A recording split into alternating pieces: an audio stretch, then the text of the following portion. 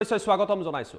ৰাজ্যৰ বিভিন্ন প্ৰান্তত থকা টোল গেটসমূহত বিভিন্ন সময়ত প্ৰতিবাদ হয়। ইয়াৰ কাৰণটো হৈছে যে টোল গেটত টোলৰ নামত জনতাক হাৰাশাস্তি কৰা হয়। এই মুহূৰ্তত টোল গেটক লৈ ভাৰত চৰকাৰৰ তৰফৰ পৰা এটা বৃহৎ ঘোষণা কৰা হৈছে।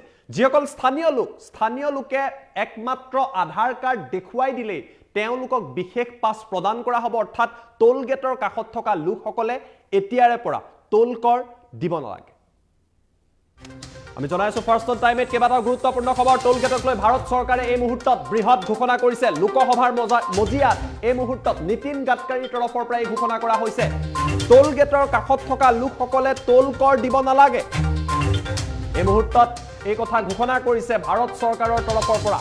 আধাৰ কাৰ্ডৰ ভিত্তিত স্থানীয় লোকসকলক টোল কৰ্তৃপক্ষই পাছ প্ৰদান কৰিব। আধাৰ কাৰ্ড দেখুৱালে হ'ল তেওঁলোকক পাছ দিয়া হ'ব। স্থানীয় লোকক টোল বিচাৰি এতিয়াৰে পৰা আৰু টোল গেট কৰ্তৃপক্ষই হাৰাশাস্তি কৰিব নোৱাৰিব। অসমত বিভিন্ন সময়ত এই বিষয়ক লৈ প্ৰতিবাদ হয় যে স্থানীয় লোকসকলক হাৰাশাস্তি কৰে। কেৱল সিমানেই নহয়, 60 কিলোমিটাৰৰ ভিতৰত দুখন টোল গেট থাকিব নোৱাৰিব। 60 কিলোমিটাৰৰ ভিতৰত যদি দুখন টোল গেট আছে, এনে অবৈধ টোল গেট ভাৰত চৰকাৰে বন্ধ কৰি দিব।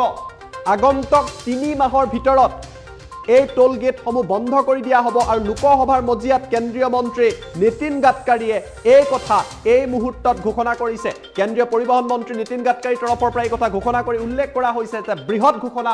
প্ৰথমটো ঘোষণা হ'ল টোল গেটৰ কাষত থকা লোকসকলৰ পৰা টোল কোনেও ল'ব নোৱাৰিব। তেওঁলোকে যদি আধাৰ কাৰ্ড দেখুৱাই দিয়ে, আধাৰ কাৰ্ডৰ ঠিকনা দেখুৱাই দিয়ে, তাৰ ভিত্তিত টোল কৰ্তৃপক্ষই তেওঁলোকক পাছ দিব লাগিব। অৰ্থাৎ সেই পাছ দেখুৱালে তেওঁলোকে টোল নিদিয়াকৈ যাব পাৰিব। অসমৰ বিভিন্ন প্ৰান্তত টোল গেট আছে আৰু স্থানীয় লোকৰ পৰা টোল বিচাৰি বিভিন্ন সময়ত হাৰাশাস্তি কৰাৰ অভিযোগ উত্থাপিত হয়। ইয়াৰ পিছতে চৰকাৰে সিদ্ধান্ত লৈছে তেওঁলোকে আধাৰ কাৰ্ড দেখুৱালেই হ'ব, তাৰ পাছত তেওঁলোকক পাছ দিয়া হ'ব। আৰু সেই পাছ দেখুৱাই স্থানীয় লোকসকলে টোল গেটৰ কাষত থকা লোকসকলে টোল নিদিয়াকৈ যাব পাৰিব। আনহাতে দেশৰ যিবিলাক প্ৰান্তত 60 কিলোমিটাৰৰ ভিতৰত দুখন টোল গেট আছে, সেইসমূহ অবৈধ টোল গেট বন্ধ কৰি দিয়া হ'ব। অৰ্থাৎ 60 কিলোমিটাৰৰ ভিতৰত এখনহে টোল গেট থাকিব পাৰিব। টোল সংগ্ৰহৰ নামত অসমতো বিভিন্ন সময়ত কেইবাটাও প্ৰান্তত টোল কোম্পানীসমূহে হাৰাশাস্তি কৰা পৰিলক্ষিত হয়। কেৱল অসমতে নহয়, ভাৰততো এই অভিযোগ উত্থাপিত হৈছিলে। আৰু এই প্ৰশ্ন যেতিয়া লোকসভাৰ মজিয়াত সদনৰ মজিয়াত উত্থাপন কৰা হ'ল, কেন্দ্ৰীয় মন্ত্ৰী নীতিন গাডকাৰীয়ে এই নতুন ঘোষণা এই মুহূৰ্তত প্ৰকাশ কৰিছে। এই ঘোষণা সকলোৰে বাবে অতিকৈ গুৰুত্বপূৰ্ণ, কিয়নো বিভিন্ন সময়ত আমি টোল দি অসমতো যাব লাগে। গতিকে নীতিন গাডকাৰীয়ে কি কথা উল্লেখ কৰিছে টোল গেটক লৈ এই মুহূৰ্তত, সেই মন্তব্য আমি আপোনালোকক দেখুৱাই লৈছো।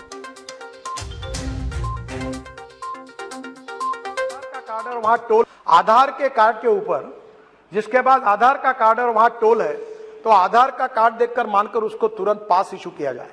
तो मैं सजेशन मान्य करता हूं, जहां भी ऐसे टोल बने और वहां के स्थानिक लोगों की अड़चन होती है, आधार कार्ड को लेकर पास बनाकर देंगे। दूसरा एक है कि 60 किलोमीटर के बीच में टोल नहीं आता है और कुछ जगह चालू है। मैं आज सदन को विश्वास दिलाता हूं, बहुत बार ये गलत काम हो रहा है, इलीगल है।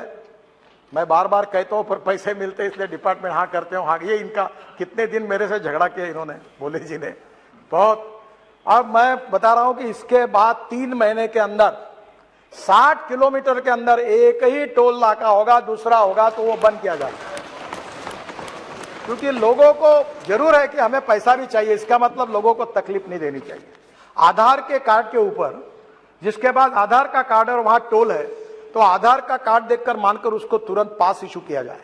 तो मैं सजेशन मान्य करता हूं, जहां भी ऐसे टोल बने और वहां के स्थानिक लोगों की अड़चन होती है, आधार कार्ड को लेकर पास बनाकर देंगे।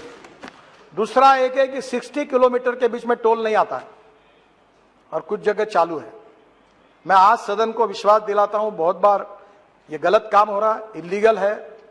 मैं बार बार कहता हूं, पर पैसे मिलते इसलिए डिपार्टमेंट हाँ करते हो। हाँ, ये इनका कितने दिन मेरे से झगड़ा किया इन्होंने, भोले जी ने बहुत।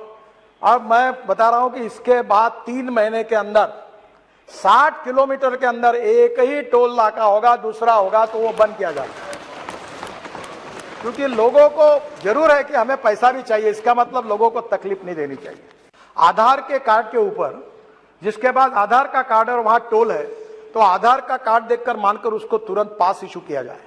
तो मैं सजेशन मान्य करता हूं, जहां भी ऐसे टोल बने और वहां के स्थानिक लोगों की अड़चन होती है, आधार कार्ड को लेकर पास बनाकर देंगे। दूसरा एक है कि 60 किलोमीटर के बीच में टोल नहीं आता है और कुछ जगह चालू है। मैं आज सदन को विश्वास दिलाता हूं, बहुत बार ये गलत काम हो रहा है, इलीगल है। मैं बार बार कहता हूं, पर पैसे मिलते इसलिए डिपार्टमेंट हाँ करते हो। हाँ, ये इनका कितने दिन मेरे से झगड़ा किया इन्होंने, बोले जी ने बहुत। अब मैं बता रहा हूं कि इसके बाद 3 महीने के अंदर 60 किलोमीटर के अंदर एक ही टोल नाका होगा, दूसरा होगा तो वो बंद किया जाएगा। আমি এতিয়ালৈকে মন্তব্য দেখুৱালো। এই মুহূৰ্তত ভাৰত চৰকাৰে এক বৃহৎ সিদ্ধান্ত কৰিছে। আমি পুনৰবাৰ আপোনালোকক জনাই দিছোঁ, অসমতো আপোনালোকে বিভিন্ন প্ৰান্তত যাওঁতে টোল কৰ দিব লাগে, টোল টেক্স দিব লাগে। এই মুহূৰ্তত ভাৰত চৰকাৰে নতুন কেইবাটাও ঘোষণা কৰিছে। কেন্দ্ৰীয় পৰিবহণ মন্ত্ৰী নীতিন গাডকাৰীয়ে লোকসভাৰ মজিয়াত কৈছে, প্ৰথমটো ঘোষণা হৈছে যে টোল গেটৰ কাষত যিসকল লোক থাকে তেওঁলোকক বিভিন্ন সময়ত টোল বিচাৰি হাৰাশাস্তি কৰা হয়। এই লোকসকলে এতিয়াৰ পৰা টোল দিব নালাগে। আমি নাজিৰা ঘাটত দেখিছিলোঁ সোণাপুৰত থকা যে কিদৰে বিভিন্ন সময়ত স্থানীয় লোকে প্ৰতিবাদ কৰিবলগীয়া হয়। এতিয়া এই সমস্যাৰ অন্ত পৰিব। ইয়াৰ সমাধান কি? আপোনাৰ যি আধাৰ কাৰ্ড আছে, আধাৰ কাৰ্ডত আপোনাৰ ঠিকনা থাকে, আপুনি যদি স্থানীয় অঞ্চল টোলৰ কাষত আছে, সেই আধাৰ কাৰ্ড দেখুৱালে আপোনাক পাছ ইস্যু কৰি দিয়া হ'ব, টোল পাছ প্ৰদান কৰিব। আৰু সেই পাছৰ ভিত্তিতে আপুনি টোল টেক্স নিদিয়াকৈ বা টোল কৰ নিদিয়াকৈ স্থানীয় লোকে অহা যোৱা কৰিব পাৰিব। এইটো এটা প্ৰথম সিদ্ধান্ত লোৱা হৈছে, যাক লৈ অসমত বিভিন্ন সময়ত টোল গেটত প্ৰতিবাদ হয় অবৈধভাৱে কৰ সংগ্ৰহক লৈ। দ্বিতীয়টো সিদ্ধান্ত ভাৰত চৰকাৰে লৈছে যে 60 কিলোমিটাৰৰ ভিতৰত 2খন টোল গেট থাকিব নোৱাৰিব। আৰু এনেকুৱা যদি অবৈধ টোল গেট আছে, সেইসমূহ আগন্তুক 3 মাহৰ ভিতৰত চৰকাৰে বন্ধ কৰি দিব। কেন্দ্ৰীয় পথ পৰিবহণ মন্ত্ৰী নীতিন গাডকাৰীয়ে লোকসভাৰ মজিয়াত এই কথা এই মুহূৰ্তত ঘোষণা কৰিছে।